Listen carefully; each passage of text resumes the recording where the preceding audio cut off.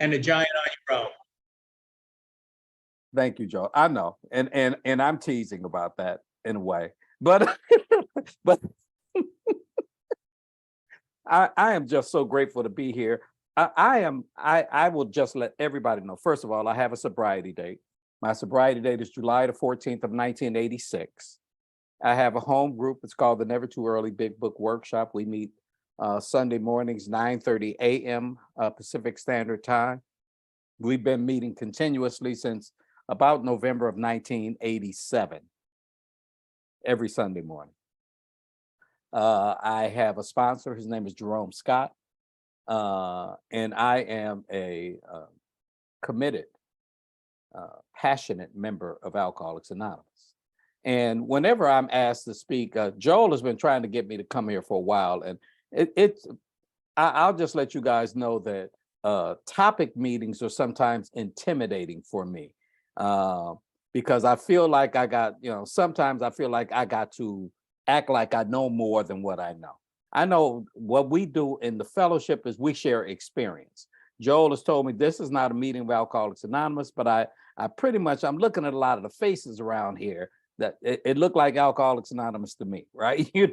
And I know that letter, which is from one of our co-founders, Bill W., who expressed his thoughts after being sober for quite a while and knowing that once you remove the drink, what do you have left?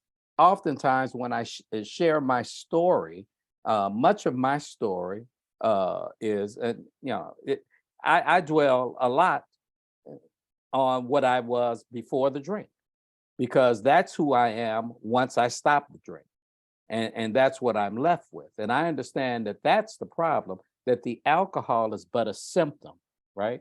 Of course, if they had old sayings when I first got sober, they would say things like, my drinking is 5% of the problem, the other 95% is my thinking. I don't know where they came up with these mathematical equations. However, we pretty much kind of like, well, okay, 5%. When I'm drinking, it's 100% of the problem. When I'm drinking, okay, I understand that the bottom line, if you be alcoholic, like I am, that it's always about not drinking. But why would I go back to drinking? And believe me, the gorilla is not dead. The gorilla is still alive, that beats within this breast. My alcoholism has not been cured, it's merely been arrested. And so if I don't deal with just what Bill Wilson is talking about, there are many other ways I can destroy myself other than drinking. You best believe that.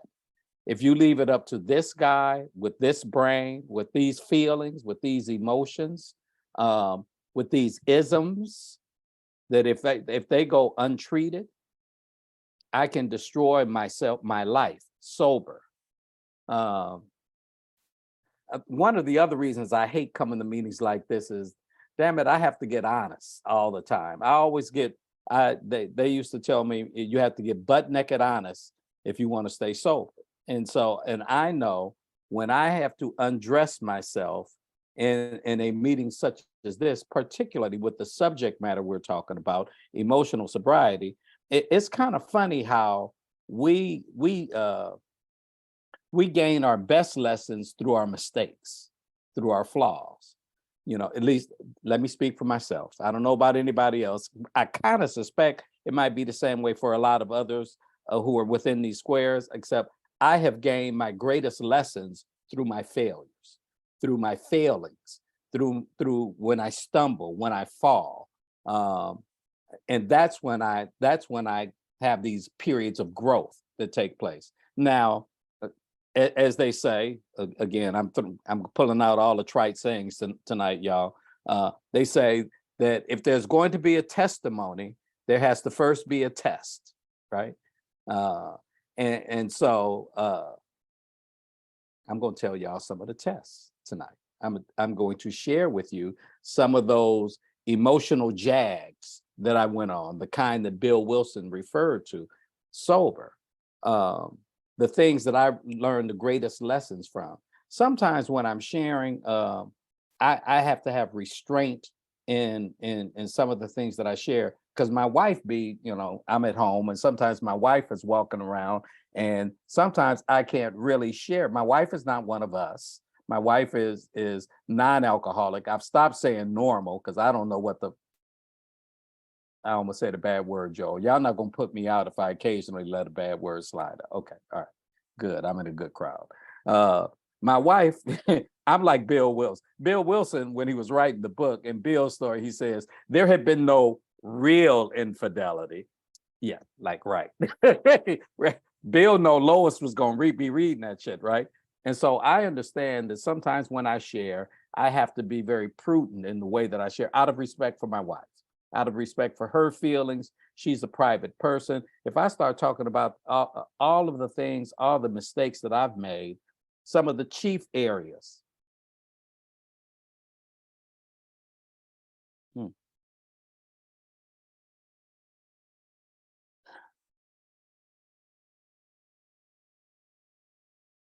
A lot of times when I want to share, uh, and when I share some of these missteps, these mistakes that I made, uh, I hear people, applauding me for my transparency and saying that they appreciate, my being able to share these things, but these are not things that I'm proud of. I don't say these things and share these things with you as a point of bragging or making myself look feel like I'm exemplary or I'm this guy. Sometimes I think that we're the only kind of people that try to outbottom one another. Sometimes thinking that that's gonna make well, I did 2 murders, right? I know I stole a no. I think of the cost behind those. I think of the people on the other side of the things that I did, oftentimes. Best believe that my wife wasn't laughing when she found out by reading one of my inventories that I cheated on her, that I had an affair, that it wasn't funny with the trust that I broke in my relationship as a result of me seeking. I know what Bill Wilson talks about, where I'm seeking this feeling and try to tell the other person, well, honey, it wasn't really that important to me, or it wasn't that big a thing, or it's not about you, it's about me. Explain that to somebody, right? Look in somebody's eyes, look in somebody's face, and tell them that what I was doing was, I'm an immature little boy, sober, who still seeks validation and the affection of others, who still feels like I want to feel that when I see somebody else's eyes light up and looking at me, even if that's not my wife, it makes me feel comfort.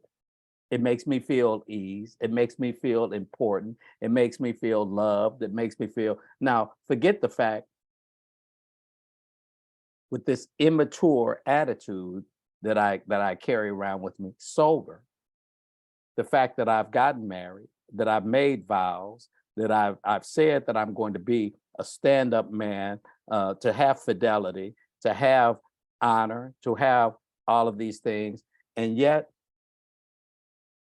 I still am unable to stop the compulsion because of the fear that lies with me sometimes. God-centered. If I am not connected spiritually, I'll act out in all sorts of ways in order for me to just have that feeling, right? To be flirtatious, to just, to have I don't know why I told y'all I don't like doing stuff like this because, you have to, you start really, really telling people who you are and they start saying, oh, you that guy, huh? Right? Um, but that's who I am. And you guys taught me that the only way that I can deal with this is I must be honest. The only thing that can stop me from being able to recover, to get better, is if I cannot be honest with myself. And best believe that that's the person I lied to, even more so than my wife. I lied to myself. It's okay. As long as she don't know about it, it won't hurt her.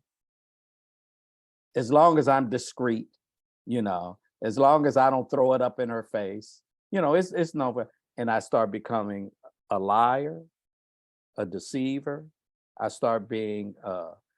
Um, let me back up a little bit, because something. I kind of jumped all the way into really letting y'all know, some of this emotionally unhinged stuff about myself right from the jump. Let me tell you a little bit about myself, because I always think, Joel told me this is not a meeting of Alcoholics Anonymous, but I always think that I should qualify myself so that you guys don't think I'm just somebody who walked in off the streets and and I'm just a serial philanderer and all of this other kind of stuff.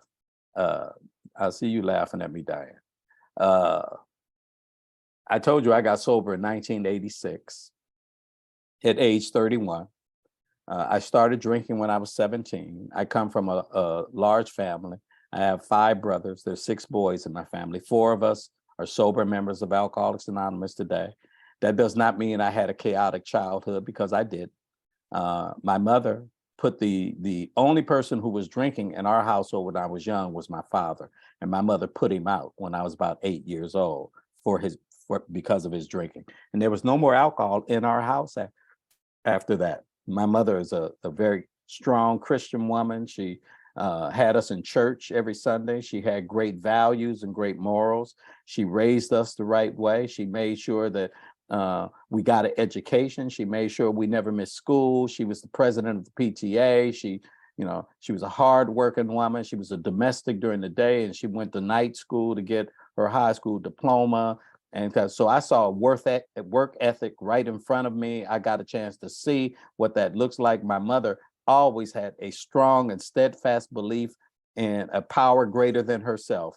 She's always said, God will find a way, son. In spite of any and all adversities that she might have been facing, she always said that, raising 6 boys by herself. And Mama persevered. Mama bought a home. Mama did all kinds of other things like that. And by her example, you would have thought that I would have seen what God could do. But instead, what I did was I said, Mama, you doing that.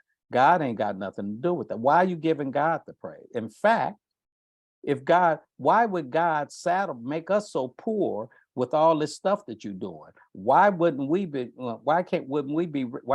like these people on top? So I've always grown up with this belief that there is a God, but God doesn't work in my life, right? A kind of a disconnectedness. And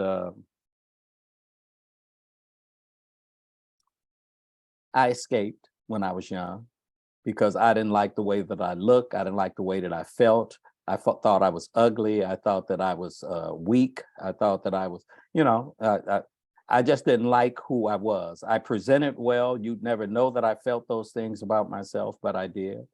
And so I escaped in books and TV and movies and fantasy. And that made me an excellent student in school. I was a straight A student because I was very, I had a great vocabulary. I was very articulate. I stood out from all the other kids, most of the other kids in my class. And so I got good grades, never really giving myself credit for it oftentimes, because as I shared with you, my brother Ralph is a year older than me. He was always in the class ahead of me. When I would come to the 2nd grade, Ralph there before me, and the teacher was, "Oh, you're Ralph White's brother," right? And after a while, I started thinking that was my name, Ralph White's brother. That's kind of like why I reacted, Joel, the way that I did, because it's kind of been the story of my life where would you quit apologizing, please? Because this is my life. I love Ralph and I'm proud of him, but I'm like a lot of other people. At the same time, I can love somebody and be proud of them. I can resent them. In fact, the people that I resent more than anybody else are the people I love. If you don't matter to me, if you don't have some skin in the game, if you don't have some access to an emotion that I have, my pocketbook, my self-esteem, my pride, and something like that, if you don't have access, then usually I can be very dismissive of you or whatever, but have something that affects one of those areas of me. And I don't, I get pissed off. I'll tie this all in with the emotional sobriety stuff. I just wanted to tell you who who's sharing with you today. I didn't drink, but I felt like a fraud coming through school, because even while being this nerd, being the scholar, I always wanted to be somebody else, somebody who was attracted to girls, somebody who was strong, who was an athlete, who was all these kinds of things. I never looked at the gifts I had because I was too busy looking at the gifts I didn't have. Again, preview to the rest of my life. So I start drinking when I get out of high school on my way to college. And you know the progression of the disease. It starts off fun. It starts being fun with problems. Then it's just starting to be problems. But I'm still kind of like ahead of it. And I go to law school after college, and I go speed through law school, and I graduate and I pass the bar. At age 24, I'm a practicing attorney. And I come back, I think the conquering hero, I come back to LA, but there's this thing about success with an alcoholic. It kind of adds fuel to the fire called ego. And my ego raged, and I thought I could do anything. And I built and I tore down, and I acquired and I lost. And I did all the things that you might think that a raging alcoholic will do, in full flight from reality, thinking I was God's gift to man. Until finally in 1986, I hit a true bottom, and I finally came to Alcoholics Anonymous after feeble attempts in 1985 through recovery homes that really had no real connection with Alcoholics Anonymous, just in terms of giving me the impetus to become involved in AA once I got out. And finally, I got connected in 86, and I arrived here. And I need to let you guys know that you saved me, and that all the things that come with being a sober alcoholic, I threw myself knee deep into everything that Alcoholics Anonymous had to offer. All three parts, all three legacies of the program. I got involved in the fellowship. I had commitments. I opened doors. I made coffee. I washed ashtrays. I chaired meetings. I worked on conventions. I did the sober activity. I went to the dances and to the picnics. AA became my life. My wife, I got married when I was 2 years sober as a public defender. I met her as a secretary in the public defender's office. We get married because she's pregnant. So I got married. She had my son. She had a daughter who became my daughter as well. And, you know, life is flourishing, and I'm a good guy for the first couple of years. I'm perfect in my marriage. I don't have any problems. But just like any alcoholic who's not spiritually connected, somewhere along the line, I started wanting more. Kind of sound familiar, almost like when I first started drinking, right? In Alcoholics Anonymous, once the drink is removed and life gets good, I can sometimes rebuild the stuff that I'm trying to extinguish. That I can, at the same time that we're trying to reduce ego, start having some success. I started having success in alcoholics. Become a successful lawyer as a public defender. I go to Washington, D.C. The president invites me there to do, you know, and now all of a sudden I start kind of feeling myself in Alcoholics Anonymous when I'm not supposed to be feeling myself. Does that sound nasty? I start feeling myself. I don't mean, anyway, it's just Kelly, not actually. I just like, you know, I start thinking a whole lot more of myself, right? Much more certainly than I should in Alcoholics Anonymous. And see, and a lot of times we don't share about, see, the folks who are here, there's a lot of people here who got time. And so there's a lot of people here who understand that thing that occurs around between 5 and 10, between 5 years and 10 years, right? Now, where I start, you know, I've had some successes, I've had some good things. And now it almost seems like those those lines, those principles that I drawn almost seems like, well, I've been here for a while, and I start, and I don't know when it occurred or what happened, but I start thinking that I can, I can be flexible with the rules. I can be flexible with the principles, right? I'm still going to a lot of meetings. I'm still sponsoring. I'm still being sponsored. I'm still doing fifth steps. I'm even writing about these affairs in my sex inventory. And so I'm telling my sponsor, I'm writing about it and I'm doing, but I'm still doing it, right? That I'm still doing, I'm still making decisions. I have two areas that I know are my weak spots that I work on. I have a fear of financial insecurity, and I have low self-esteem in this area where of intimacy. Okay.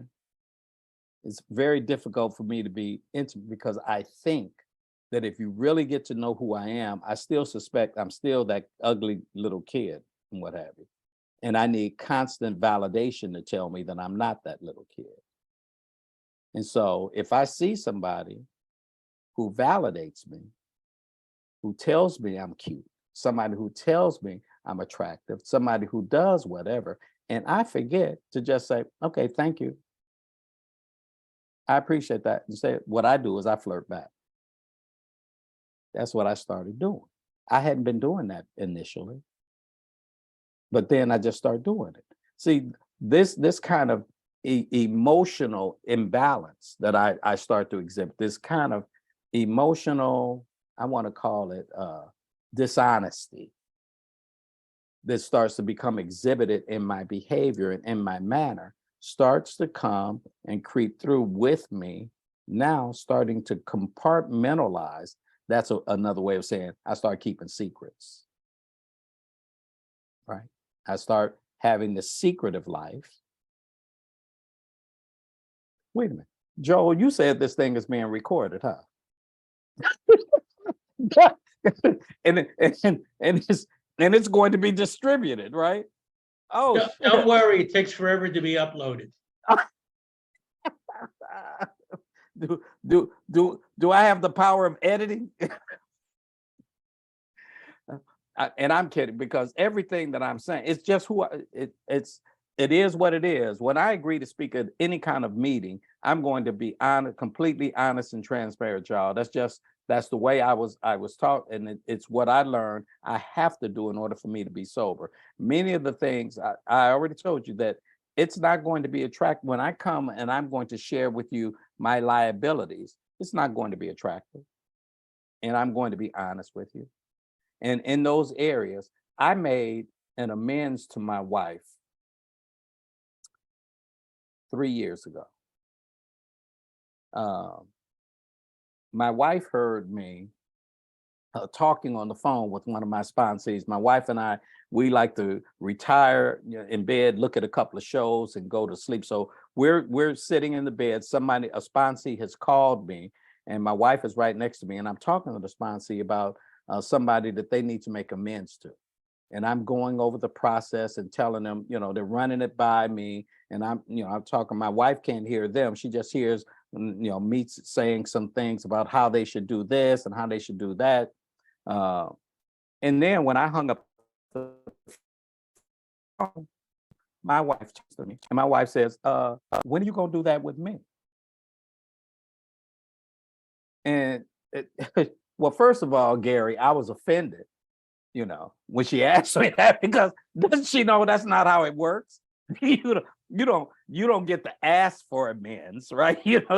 I'm supposed to just go and say, and then I'm caught quite by surprise when she says that, when you gonna do it. So I mumble something quickly. Yeah, I've been working on that with my sponsor, and I'll be we can't just do it I'll get back to you. And so naturally, because I said that, I had to start working on it, right?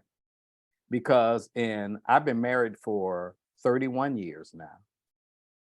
That was about in year 28, 27, 28, or something like that of our marriage. She had first read that inventory about me having an affair probably in 2009, around in my ninth year of sobriety. Sorry, my ninth or 10th year of sobriety. So here is like a good 20 years of going back. Now I had apologized. I thought everything was, I never made a real amends to her. Never. Thinking that, well, we talked it out and I apologized and I did whatever, but I had never gone through this 12-step process that you guys have introduced me to, that if you told me and showed me, and that I've even seen, it works. And I haven't done this with my wife. And so my wife tells me this. And so I start working on a real amends for her, because now I need to exhibit some emotional maturity in my actions and some courage, because I'm afraid, basically. I'm afraid of sitting down with her and doing this. And so I prepare it, I talk with somebody, and I find a lady who was attending my workshop at the time, who she had shared about some experiences she had with somebody, and she had been on the other side. She's the female side of this whole equation. And so I went to her because I trusted her, and I asked her, can I run by this amends that I'm going to do with my wife, with you? And then I did it. She said, okay, I think that sounds fine. But she said, but I think one thing that you need to be sure that you do with her, what I suggest is that you just pray with her before you do the amends. Now, my wife and I don't pray. We say grace at dinner. My wife is a member, has a religious affiliation that I'm not a member of, and I respect her for that, but it's not my thing. And my wife knows that I go to Alcoholics Anonymous, and I'm really, into this. This is my spiritual place that I come to, and what have you. And so we haven't really mixed those two things. And so it's not our thing that we don't pray together. And so when I made the appointment to pick her up after work, I did so, and we went to a park, and I sat her on a bench, and I sat next to her. And just before we started, I said, honey, do you mind, can we pray together? She looked shocked, because it's the first time I'd ever asked her about that, right? And so I held hands with her, and we prayed. And I asked God to enter our conversation.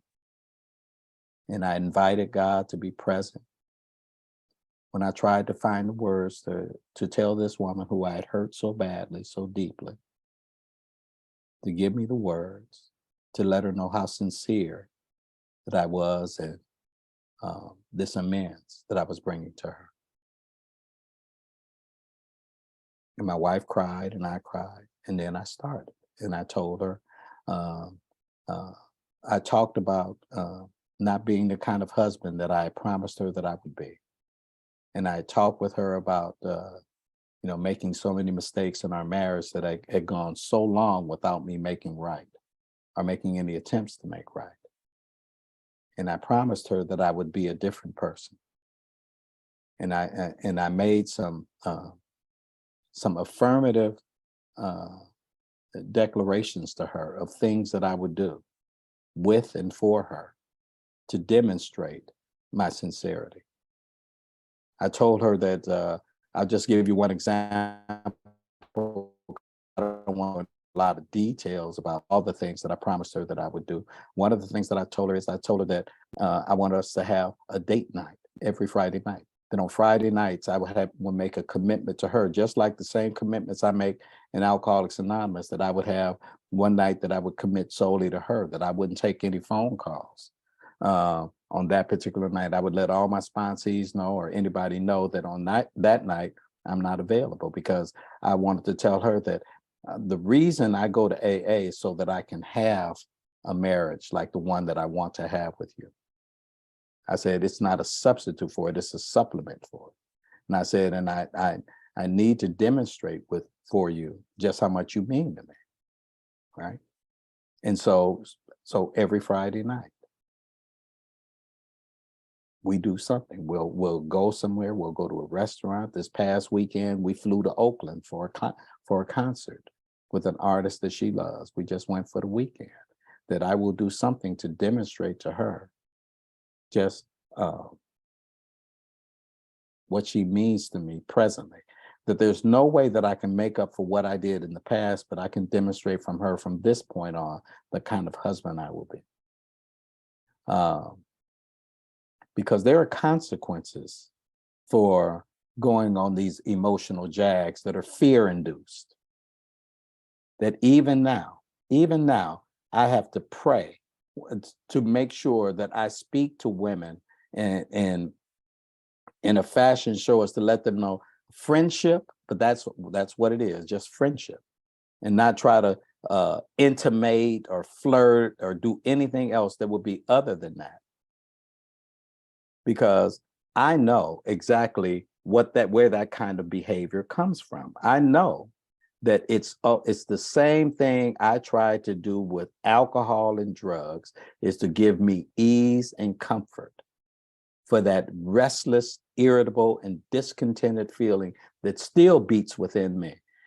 And I know my whole thing has to be giving.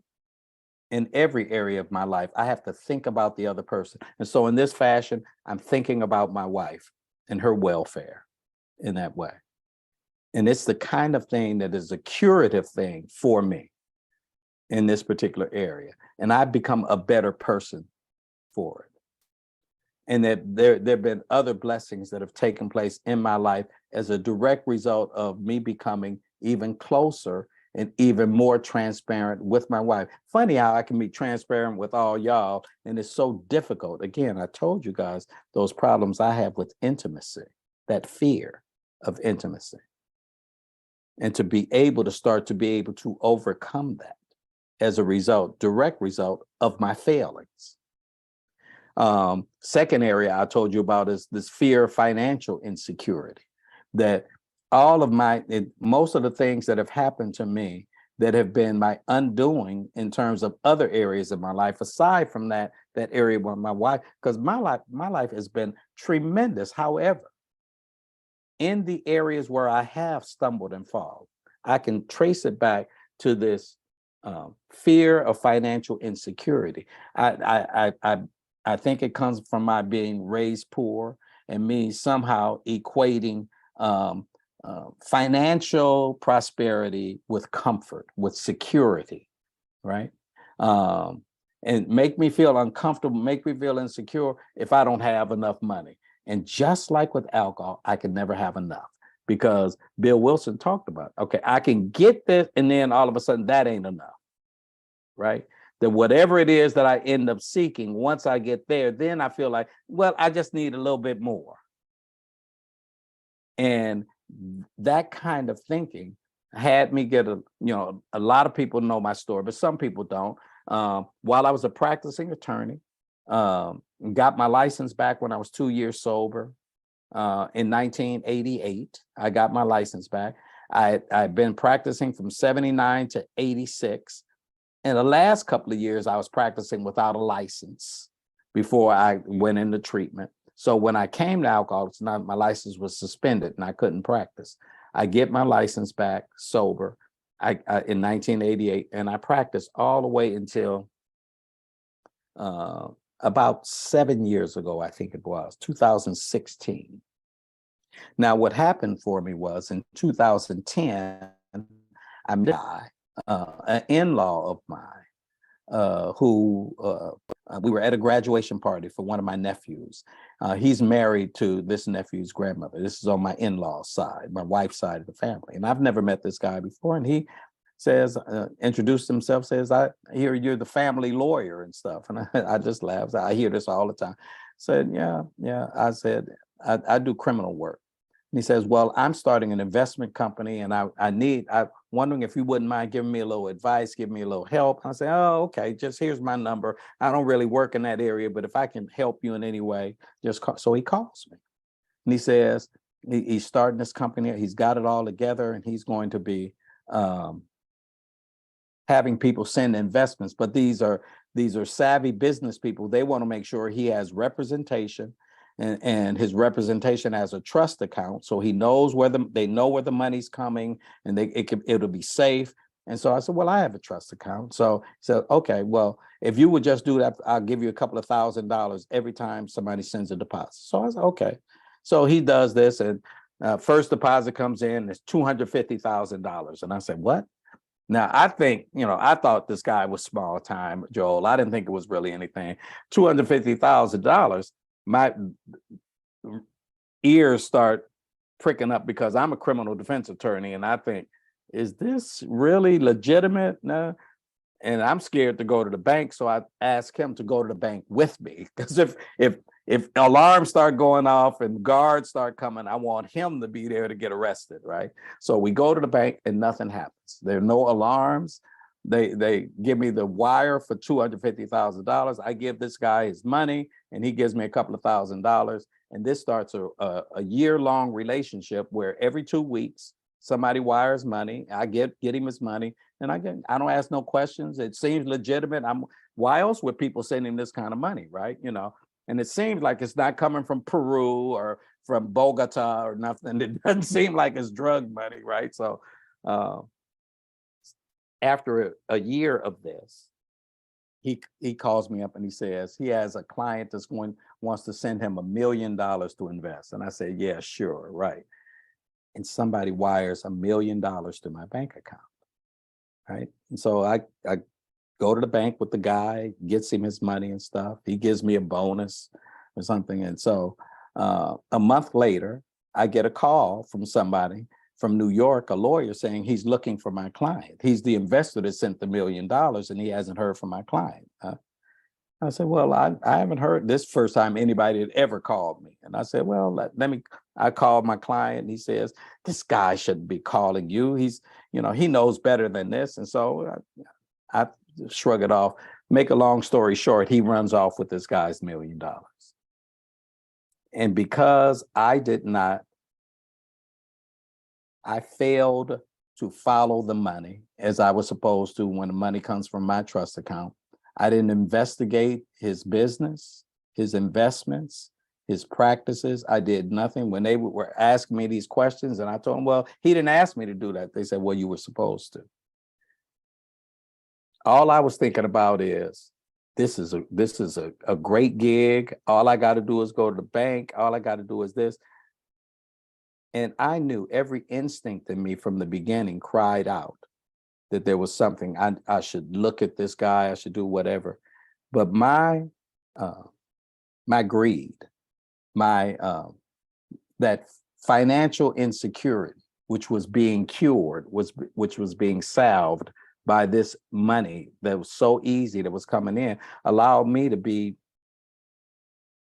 negligent. I end up losing my law license as a result of that. I got disbarred, and it was a valuable lesson for me. It's funny. Bill Wilson talks about this. I'm sitting here thinking about it, and I think about these things that happen with this emotional sobriety stuff, these missteps that I make. It almost seems like, however, if I stay connected to Alcoholics Anonymous, I think that's the key. Because even when I'm going through all that, even making these mistakes, even making all these errors and the things that I do, I have never stopped going to meetings. I've never stopped my commitments. I've never stopped sponsoring. I've never stopped doing any of this. And I believe it is only because of that connectedness. Bill's story, Bill Wilson talks about how his friend Ebby Thatcher came to the hospital to visit him after he had gone back to Towns Hospital for the last time. Bill was kind of shocked that Ebby came to the hospital because Bill screwed up, right? After their conversation in the kitchen, Bill was supposed to meet Ebby at that Oxford group meeting, and Bill got drunk and didn't show up. And when Ebby came to the hospital, Bill was he was surprised. And Ebby acquainted him with the Oxford group steps. And one of the things that Ebby told him, Bill wrote that my friend emphasized the absolute necessity of working with others as he had worked with me.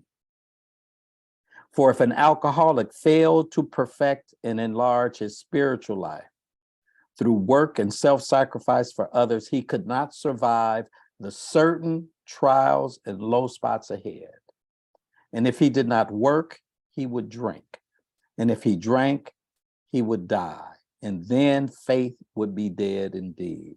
Those words rang true for me in each instance where I've gone on this over this emotional cliff, that if I had not worked, I would have drank.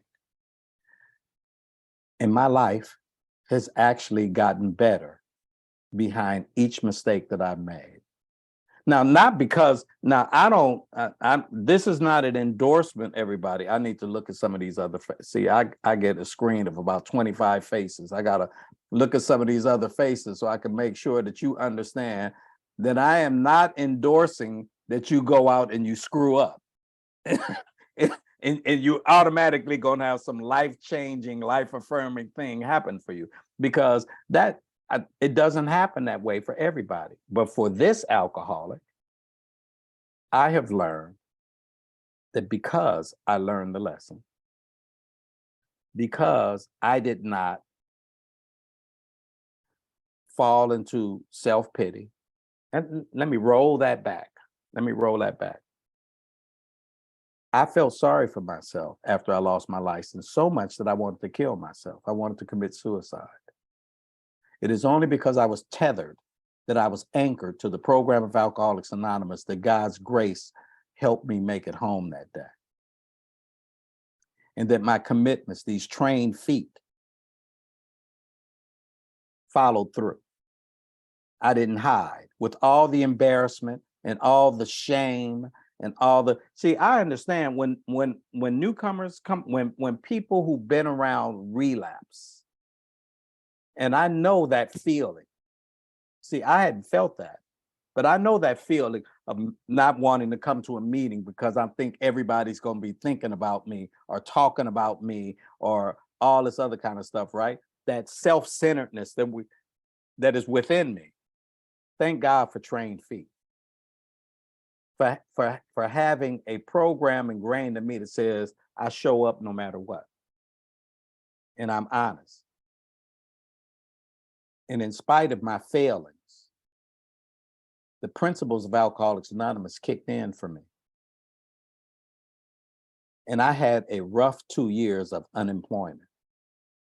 And it was a humbling 2 years. It was a year of losing my home. I had people who I sponsored bringing trucks over to the house that I lost, moving me and my wife to a rental property that we had, where somebody was gracious enough to let us move in because we were getting put out of our place. The house wasn't even ready for us, and he let us move in. And he was kind enough to let us be short in rent because my wife had to start working again. I couldn't work, and we're short in rent for 6 months. And he finally had to give us an eviction notice. He didn't want to. He said, Ronald, my business manager says, I got to do this. And I had to,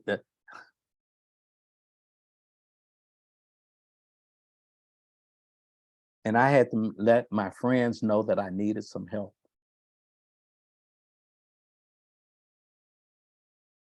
It's real easy to give, very hard to receive sometimes. That's ego.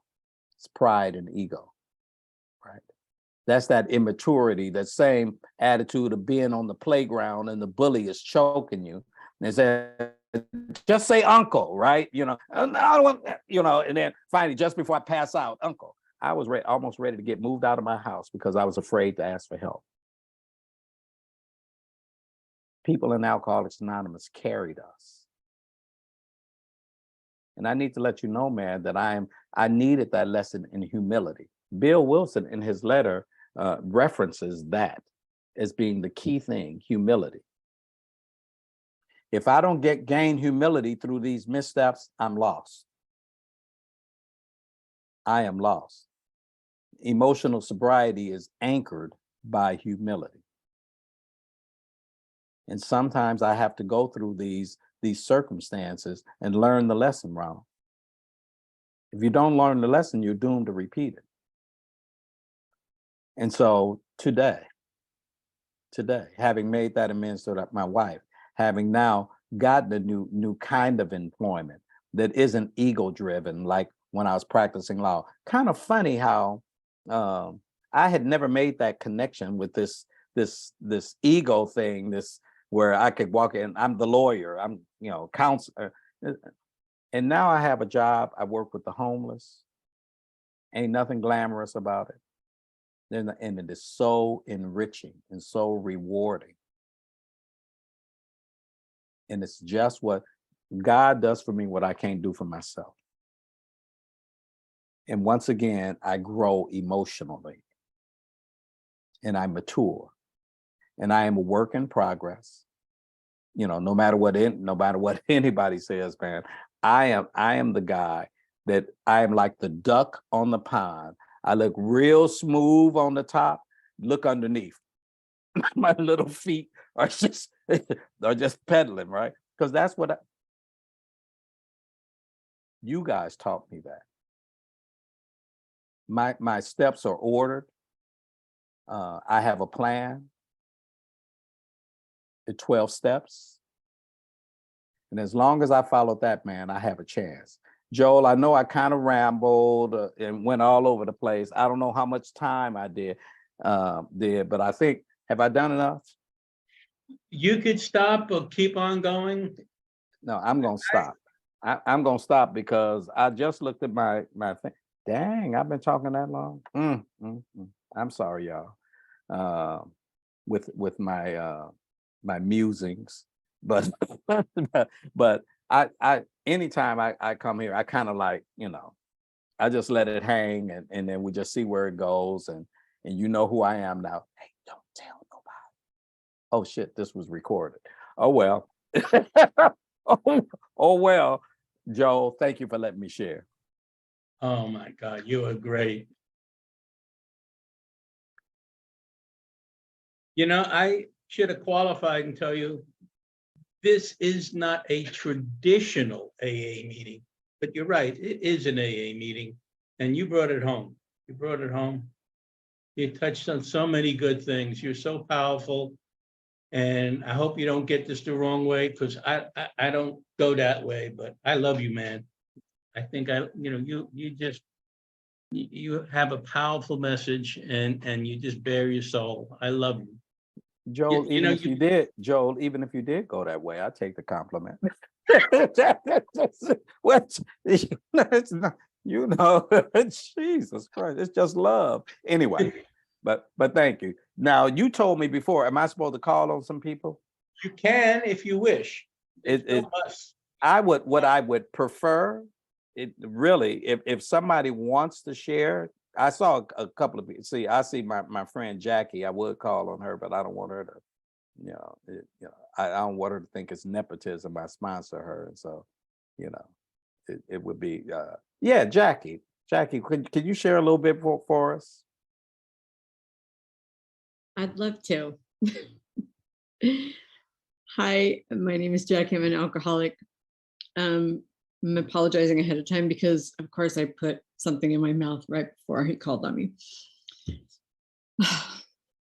I'm going to try not to cry, but I don't go that way either, but I love you. And that was incredibly powerful, Ronald. I thank you for that. And I know I'm an alcoholic, so I think everything's about me, and I know you know all about me, so I think you tailored it for me. One of the things that I love most about you is that you don't do this for effect. You do it to live, and you live a robust life.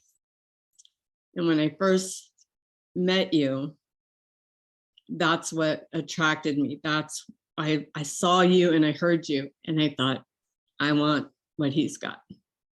I'm not talking about the braids, although wow. Yeah, good times. Jealous. The whole focus about being armed with facts about yourself today.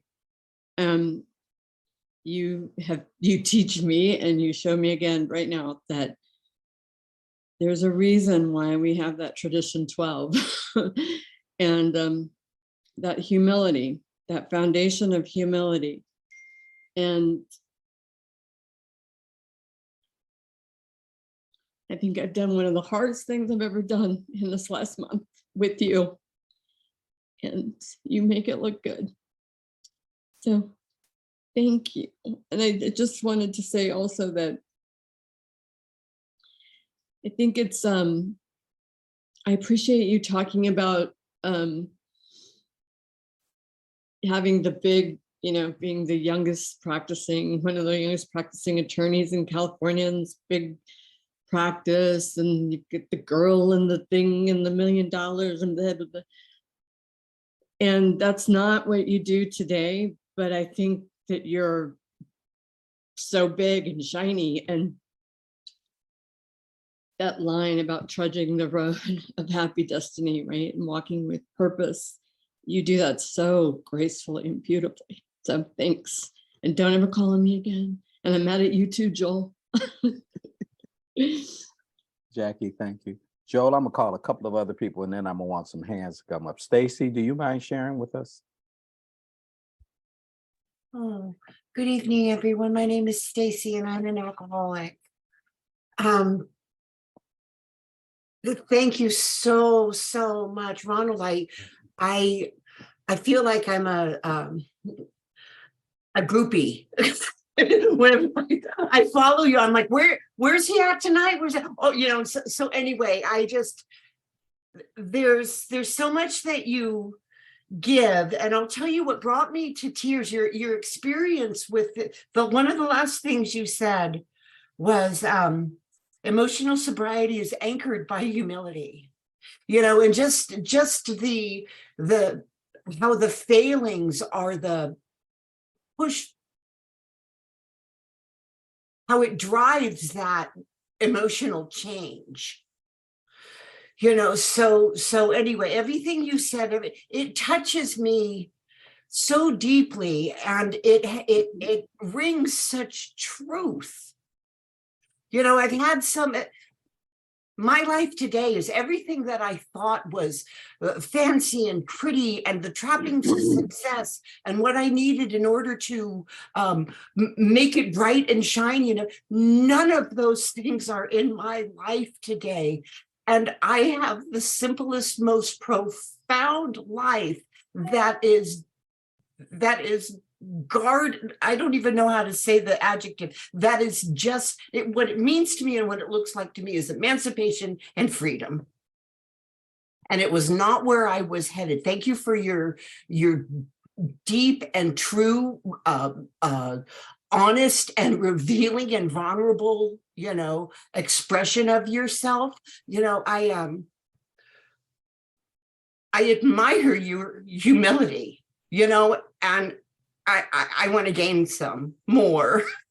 Thank you for modeling that. Thank you for your character. Thank you for giving me so much. I am going to keep coming back. Again, I'm grateful.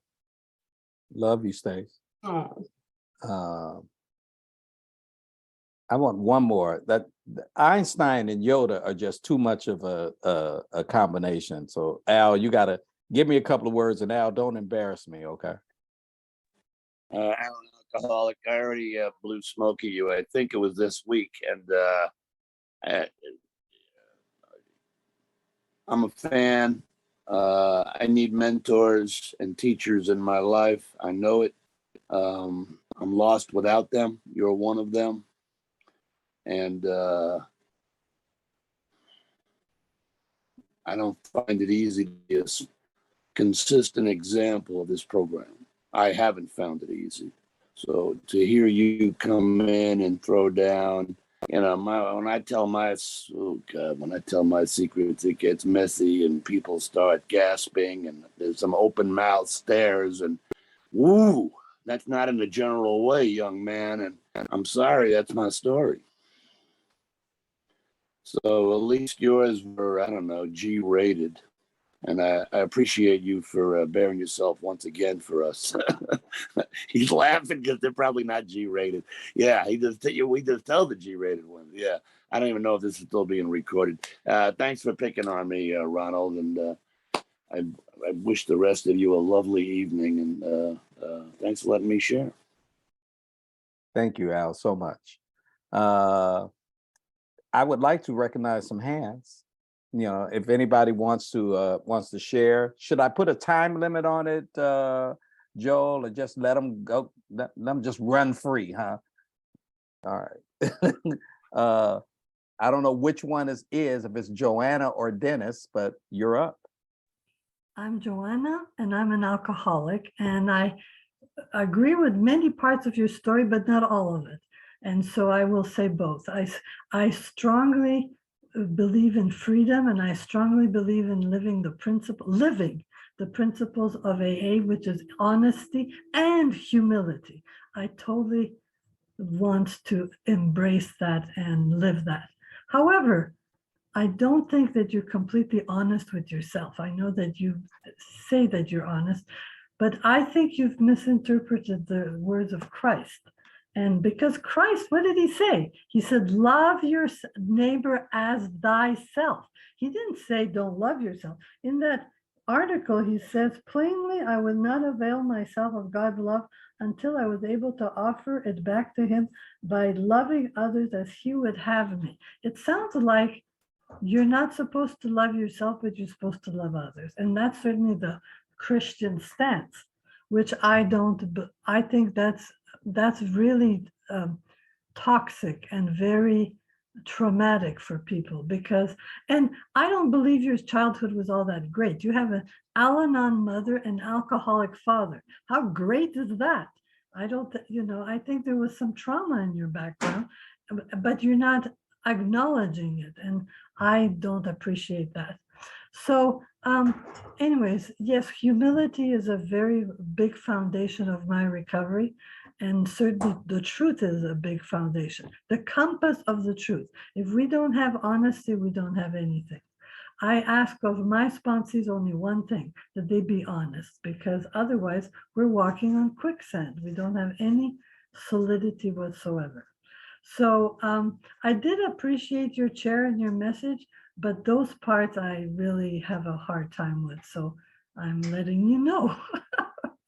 And I'm sorry if you see a dog and not a human being, because our internet is not very stable. So this is a way to kind of have it be more stable so you guys don't have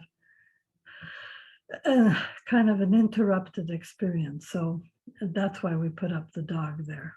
But anyways, be that as it may, I mean, I do think that I feel very lucky to be in AA, and I will have 27 years in April, but that doesn't mean anything because I still have to not rest on my laurels, and every day I have to live the principles of this program, which is honesty.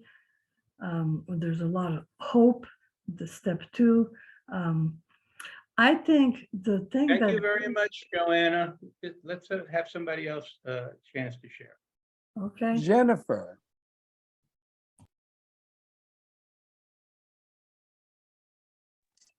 Hi, Jennifer, alcoholic.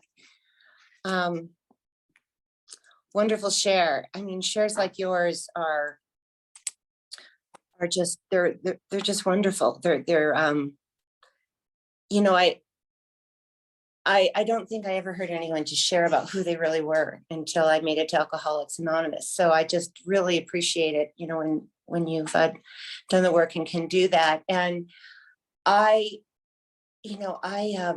been in the program for quite a long time, but only recently I'm getting a chance with the sponsor to look at some of the more emotional sobriety stuff, you know, and boy, and I was relating so much to your share, because when you were talking about having to be validated, you know, by a woman finding you cute and all that, you know, I'm learning how deep it's like. It looks different on the outside, but down below, it's really the same thing. We just kind of act it out differently.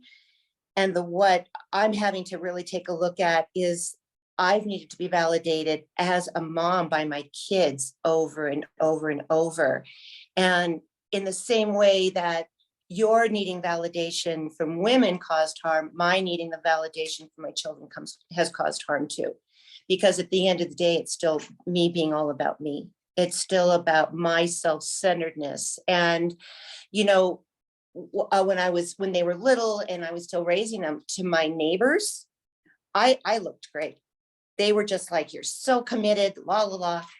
It looked great on the surface, but it's only now that they're older and I'm looking at the stuff that I realize how much damage I've done and how self-centered it's been. So a lot of the same needs underneath, that's my dog, can look, they can look, society might view them as being fine or not being fine, but down below, it's not working. So that's all I wanted to say. And again, thanks. Thank you, Jan. Juanita? Good evening, family. My name is Juanita and I'm an alcoholic. I want to thank God for all things, and I truly mean that. And thank everybody for your service on this format. And thank you so much, Ronald. And when you started talking, you caught my attention. I felt the truth. I felt your truth. And I love when people speak their truth and have nothing to hide, because truth does set us free. And when you talked about Ibby, when you started out with the emotional study, and you talked about Bill W. and Ibby, I was just talking to my grand sponsor. Nobody ever talks about Ibby. If it wasn't for Ibby, Bill wouldn't even been saved, because Ibby was he was the seed that was planted, even though he only had 4 years sobriety before he died. But the beauty of it, I love when people do talk about that, because to me, it's like they just left him to the side.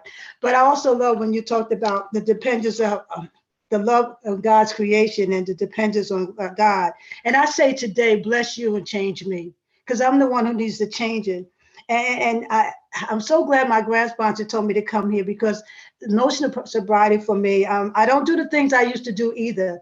But I think it. And I love the third step, because they said you could think all you want, but as long as you don't put the action to it. So I ask God every day before I get out of my bed, before I hit my knees, please relieve me of the bondages of self, and say that third step prayer. So I won't be running the show. And, I could get drunk without a drink. And you talked about that too, that emotional, I can have all the things that God has given me, and still something is not right within me, because here I am, I'm surrendering. At the same token, I want to at least help God out. Because my mother said, you don't rely on nobody but you and God. And then I come to Alcoholics Anonymous, and my sponsor said, God don't need your help. He just needs your discipline. And I'm so loving about that. And one thing else I'm going to say after this is humility. And humility don't mean, it doesn't mean I think more of myself, but think of myself less. I don't think less of myself, but think of myself less and more of others. And being there to help, to pass on what you have given me. And all I'm going to say is sobriety is God's gift to me. And what I do with my sobriety is my gift back to God. I don't know what my future holds, but I do know holds my future. And I'm so grateful God said to me on June 29th, 1995, I have a place for you. And he sent me here with you people. And I've been here ever since. I thank you for brainwashing me, because I said I wasn't going to allow you to brainwash me. Thank you for the brainwashing. It still needs it. So I'm going to continue to stay, because this is my life, not about my life. And I love everything that you said, because it was from the heart and it's true. And it doesn't make us look like we all had a bag of chips. It just lets us know we're sick people trying to get well. And I have recovered from a seamless, hopeless state of mind and body because of each and every one of you. The closest I hear or feel I have a sense of God is through each and every one of you. Thanks for allowing me to share. Love you all. God bless. Love you, Juanita. David. Hello, everyone. Dave, alcoholic. Thanks for having me. Thank you so much, Ronald. Fantastic share. I got so much out of it. I don't know if this is going to make any sense, but one thing you kind of reminded me is something I've thought a little bit about recently. So I've been sober for about 13 years, and since kind of the Zoom era, the last few years, there's been a lot of growth for me, and it's around. A lot of it is kind of around my marriage, and there's been problems in my marriage, and a lot of it obviously has to do with how I acted and being selfish, and what I my demands and expectations on my wife, a lot of the stuff that, you know, this essay talks about. So I've had to really look at that stuff, and it's been hard. And today things are okay, but you know, it's a process. But one thing that and you know, I related to a lot of stuff you were saying, and one thing that I've thought of is, you know, and how it works. We read this, you know, anyone I can pull up the language. I think I know it off by heart by now, but you know, those who do not recover are women, men and women who are constitutionally incapable of being honest with themselves.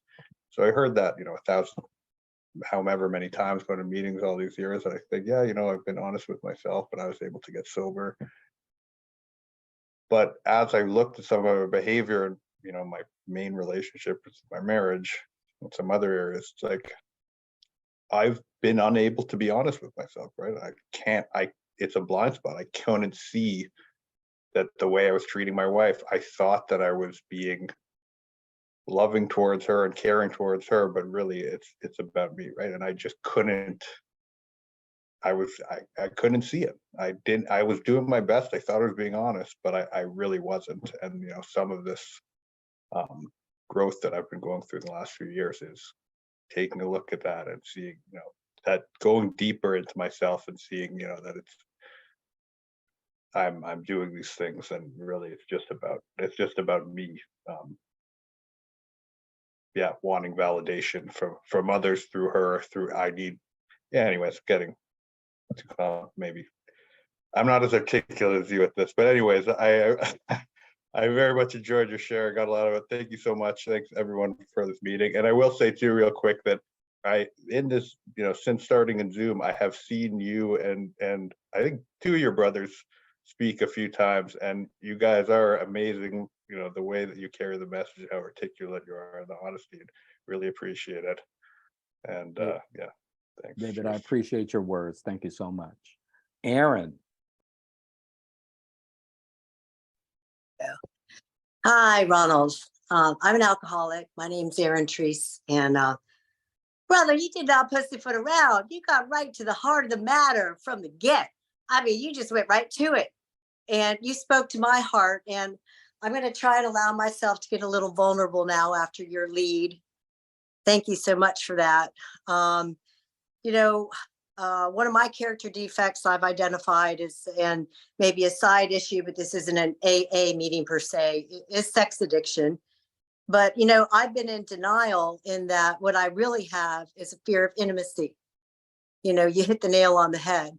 I've been deluding myself, saying that I'm just out for conquest. You know, I'm the goddess over here. Come to my altar, and then I'm off, you know, but that's not really true. And I felt like you were looking right at me when you said, y'all don't need to go out and do these things in order to stumble and fall and find some humility. But it does seem to be the best teacher and the best way to learn a lesson. You know, I just had a misstep when I was on a vacation off in Costa Rica, and I was up to my old bag of tricks. But I'm recognizing from your share that I continue to toy with this situation because I am looking for that, you know, gratification, attention, affirmation. And thank goodness I'm well sponsored, and I'm on my 11th step where I realized what corrective measure needed to be taken. It needed to be stopped. You know, no questions and no bones about it. And I was able to do that. I recognized that while it was exciting to maybe have taken him up on this invitation over here, I felt icky inside. It didn't feel right. And my life is going swimmingly well. Why do I want to do something toxic, you know, just because there's little excitement over there when really it's not fulfilling? I also want to touch very quickly on your share about financial insecurity. I've been in denial about that too. I didn't really grow up poor, and yet there was deprivation there. And I was a single mom for a while, fending for myself. And, you know, now I've made it. I'm doing really, really well. But I found that I've become miserly and stingy, and I do my own taxes. I don't think I'm cheating, but oh, I push those gray areas.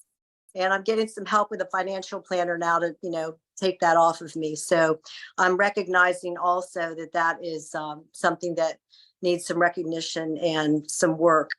And I'll end with, I've been freely giving money lately, not just to family, but people on the street, and all of a sudden I'm getting these checks in my mailbox I live in Richmond, the city of Richmond, with a little bit of a real estate tax rebate. I'm like, what? And then today I opened it up and the power company sent me a little bit of money back for, it's just like God is showing me, when I start to understand that these finances are a currency, the flow back and forth, that's how it works. Anyway, I took a lot from your share and I appreciate it. Thanks, Ronald. Aaron, thank you so much. Joel, you just caution me when I need to shut it down, okay? We got a few more minutes, right? Yeah, we got about 5-7 minutes, something like that. Shelby, come on.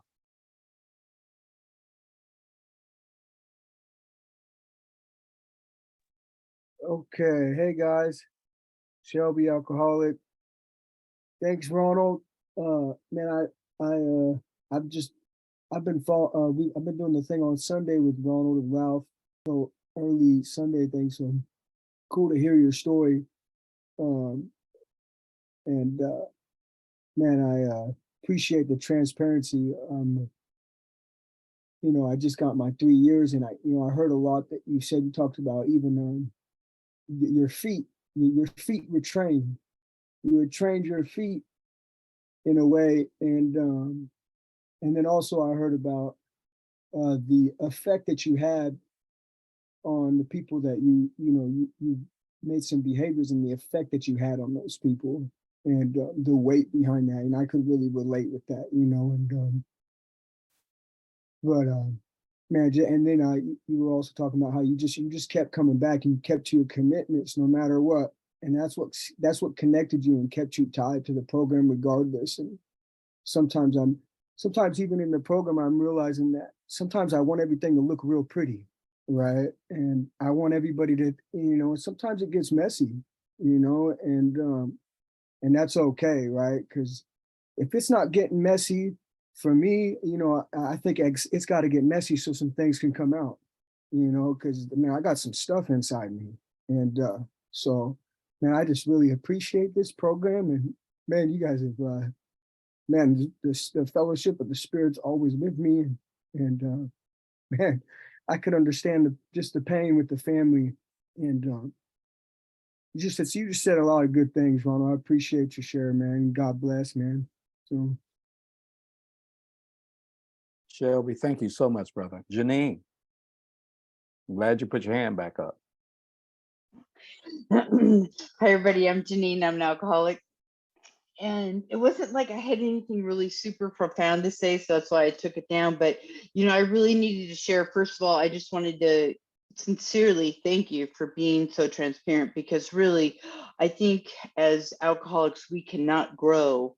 And, unless we hear other people. It's like the things that we can't always just hear the, oh, I did this great. Oh, look at, I've changed this. I've been doing the steps. It's like, we have to see that we are real people and that real things happen. And that it's like, God, how do we make it through those things, stay sober and come out and, truly like make amends to your wife and be, walking and being that man that you are today. And so what I wanted to share is that there were a couple of things that I identified was, I've only heard this letter a couple of times since I, been on Zoom. I've been to this meeting a couple of times, is that it was about loving the other person. And it was like, I felt like I've been faulting with my sister, and that my sister is a Pentecostal evangelist and I'm a gay woman. And it's like, we love each other, but we have a really hard time connecting, and she's going through a struggle. And I realized since she wasn't sharing her struggle, I was mad. I was feeling like, oh, you say that we're so close and we're so tight, but you can't share with me. Instead of, I've taken a few acts of love. And so it was just in this week that I started to feel a little bit angry and resentful. And that I was like, you know what, with the share tonight and listening to that letter, is that I still needed to show up and just be of love. And you put it so great, Ronald, is that when you started sharing your stuff and then you're like, well, you know, you guys are going to get a chance just to love me who I am. And I was like, oh my God, you're so right. It's like, you know, we tell our story, we tell our truth, and we give the people around us an opportunity to show up and show us who they are. You know, and so I've had several of those opportunities. And my last thing I wanted to share is that with your job, it's like the thing that I relate to is the fear. It's like I'm 22 years in of my career, and I'm sliding into my retirement stage. And man, I just keep this whole year. And it's not like, you know, I'm crappy at my job. I'm good. But it's like, I'm so afraid I'm going to fuck up and lose it all.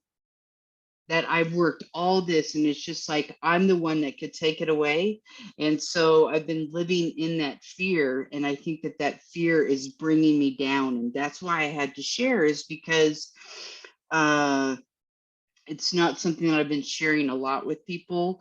I have shared it with a few, but I can feel it in my life. And that if I, you know, it's kind of like when I bought my house, my biggest fear was that I was going to lose it, and that what I would look like if I lost it. And that's with my job. And so it's kind of giving it to God. And then it's like, when you do, then you have to be kind of willing to like lose your job when you give it to God. And so I've been kind of holding on to it. And so I wanted to thank you for sharing your truth, because when we do that, it does allow other people to have grace in their life. And so I appreciate you. Thank you. Janine, thank you. Can you give us a couple of minutes, Dee?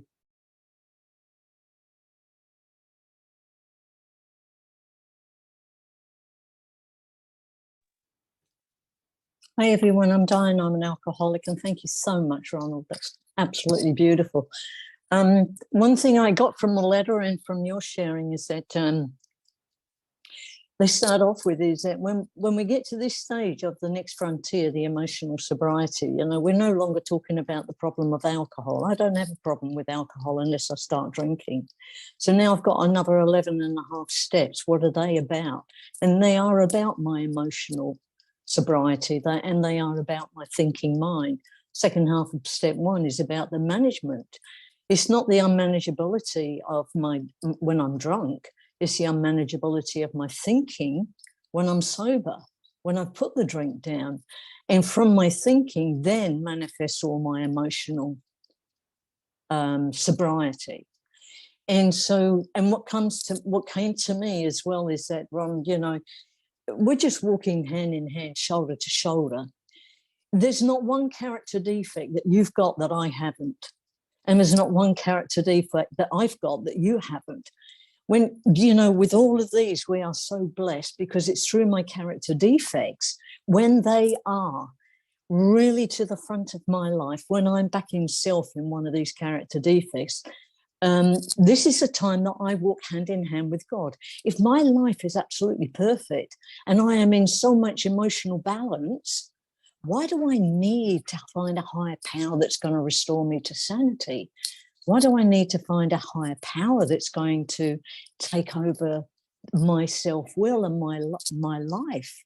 I don't need to do another 11 and a half steps if I am living now in a time of, you know, absolute emotional flow. And just very quickly is that St. Francis prayer as well.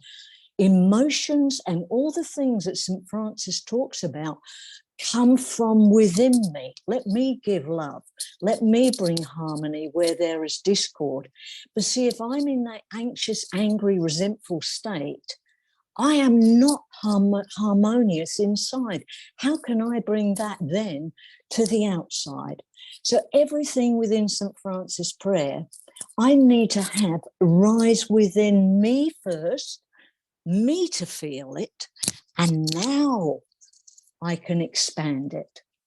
So my character defects are just manifested in so many different ways and stories than yours, Ronald, but they're exactly the same. I'll leave it there. Thank you. Thank you very much. I'm sorry, Lorraine, we've run out of time, but we'll keep this will be open so you can chat afterwards, but At this point, what we traditionally do